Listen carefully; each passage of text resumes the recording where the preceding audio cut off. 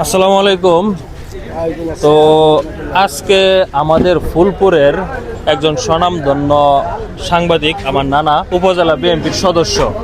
তো নানার কাছে আজকে প্রশ্ন করব, নানা এবং আমাদের ফুলপুরের 2 নং রামভদ্রপুর ইউনিয়নের পশু চিকিৎসক রাজীব ভাই, ওনাদের কাছে একটা প্রশ্ন করব যে আমাদের ফুলপুরের ভোটের হাওয়াটা কোন দিকে বইতেছে, যেহেতু সামনে 12ই ফেব্রুয়ারি নির্বাচন চলে আসছে।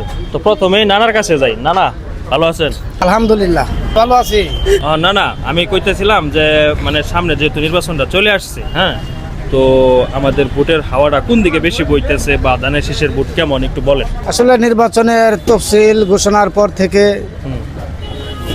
প্রথম পর্যায়ে একটু ঝামেলা থাকলেও এখন বিএনপি এবং তার সকল অঙ্গ সংগঠনের নেতাকর্মীরা ঝাঁপিয়ে পড়েছে ধানের শীষের প্রার্থীকে বিজয়ী করার জন্য। বিশেষ করে উপজেলা ইউনিয়ন সহ সকল নেতাকর্মী দ্বিধাদ্বন্দ্ব ভুলে এখন আমাদের ফুলপুর উপজেলায় ফুলপুর তারাকান্দা আসনে যিনি ধানের শীষের নমিনেশন পেয়েছেন, তিনি আসলে সর্বোচ্চ যোগ্য প্রার্থী। যোগ্যতার ভিত্তিতেই উনি সেই আওয়ামী লীগের আমলে উপজেলা চেয়ারম্যান হয়েছিলেন তারাকান্দা বিপুল ভোটের ব্যবধানে। ওনার সততা এবং কর্মদক্ষতা, কঠোর পরিশ্রমের মাধ্যমে তিনি মাঠকে অনেকটাই গুছিয়ে নিয়েছেন। সকল নেতাকর্মী ওনাকে সার্বিক সহযোগিতা দিয়ে যাচ্ছেন।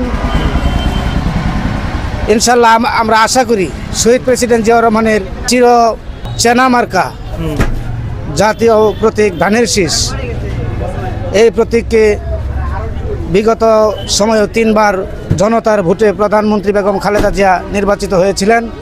তার সরকার নির্বাচিত হয়ে দেশে অনেক উন্নয়ন করেছেন। এইবার তারেক জিয়াও দেশে চলে আসছেন, তিনি দলের চেয়ারম্যানের দায়িত্বে আছেন। তিনি কঠোরভাবে নেতাকর্মীদের অন্যায় এবং অপকর্ম থেকে দূরে রাখতে সব ধরনের নির্দেশনাও দিয়েছেন। তা আমরা আশা করব নেতাকর্মীদের স্বতঃস্ফূর্ত নির্বাচনী মাঠে অংশগ্রহণ এটা প্রমাণ করে এত সংখ্যক কর্মী কোনো প্রার্থীরই নাই। সুতরাং মোতাহার হোসেন তালুকদার এমপি নির্বাচিত হবে ইনশাআল্লাহ জনতার রায়ে 12ই ফেব্রুয়ারি। আমরা সেই আশা ব্যক্ত করছি। উনি সর্বোচ্চ শিক্ষাগত যোগ্যতার দিক দিয়ে তিনি সর্বোচ্চ। তাই যাক, আলহামদুলিল্লাহ। তাহলে আমরা আশাবাদী যে এবার ধানের শীষের বিজয়ীটা আমরা ফুলপুর ইনশাআল্লাহ সন্ত্রাস চাঁদাবাজ মুক্ত সহ শিক্ষা, স্বাস্থ্য এবং কৃষির সার্বিক উন্নয়নে তিনি রাস্তাঘাট সহ ভালো অবদান রাখবেন। সে আশা রেখে মানুষ তার ধানের শীষকে 12 তারিখে ভোট দিয়ে নির্বাচিত করবেন ইনশাআল্লাহ। তো এখন এই মুহূর্তে আমরা আরেকজনের কিছু কথা নিব, কিছু সাক্ষাৎ